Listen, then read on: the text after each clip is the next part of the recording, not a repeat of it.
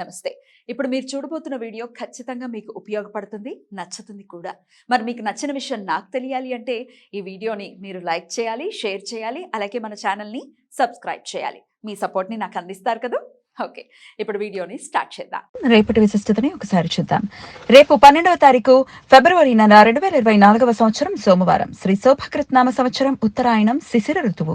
రేపు మాఘమాస శుక్లపక్ష తదియా తిథి సాయంత్రం 5:44 వరకు, తదుపరి చతుర్థి తిథి. పూర్వభద్ర నక్షత్రం మధ్యాహ్నం 2:56 వరకు, తదుపరి ఉత్తరాభద్ర నక్షత్రం. నక్షత్ర వర్జం రాత్రి 11:36 నుండి 1:02 వరకు.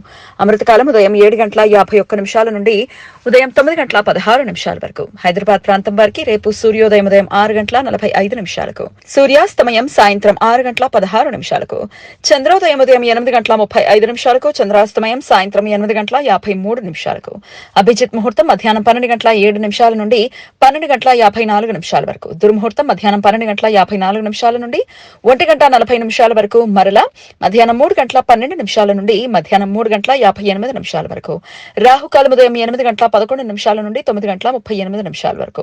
గుళిక కాలం మధ్యాహ్నం 1:57 నుండి 3:23 వరకు. యమగండ కాలం ఉదయం 11:04 నుండి మధ్యాహ్నం 12:31 వరకు. రేపు చతుర్థి తిథి సాయంత్రం 5:44 నుండి ఉన్నందువలన కొన్ని సాంప్రదాయాల ప్రకారం తిలకుంద చతుర్థి వ్రతం జరుపుకుంటారు. దీనినే వరద చతుర్థి అని కూడా పిలుస్తారు. మన దేశంలో కొన్ని ప్రాంతాలలో మాఘమాస శుక్లపక్ష చతుర్థి తిథి రోజును గణేష జయంతిగా జరుపుకుంటారు. గణేష జయంతిని దేశంలోని ఎక్కువ ప్రాంతాలలో భాద్రపద మాసంలో జరుపుకుంటారు. కానీ మహారాష్ట్ర, కొంకణ్ తీర ప్రాంతాలలో రేపు గణేష జయంతిగా జరుపుకుంటారు.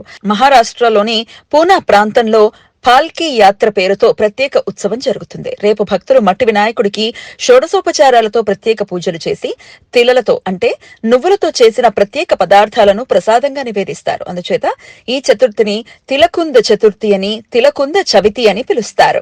గూడ లవణం దానం. రేపు కుటుంబ వృత్తిపరమైన సమస్యలు అధిగమించడానికి భక్తులు వేద పండితులకు బెల్లం, లవణం అంటే ఉప్పును దానం చేస్తారు.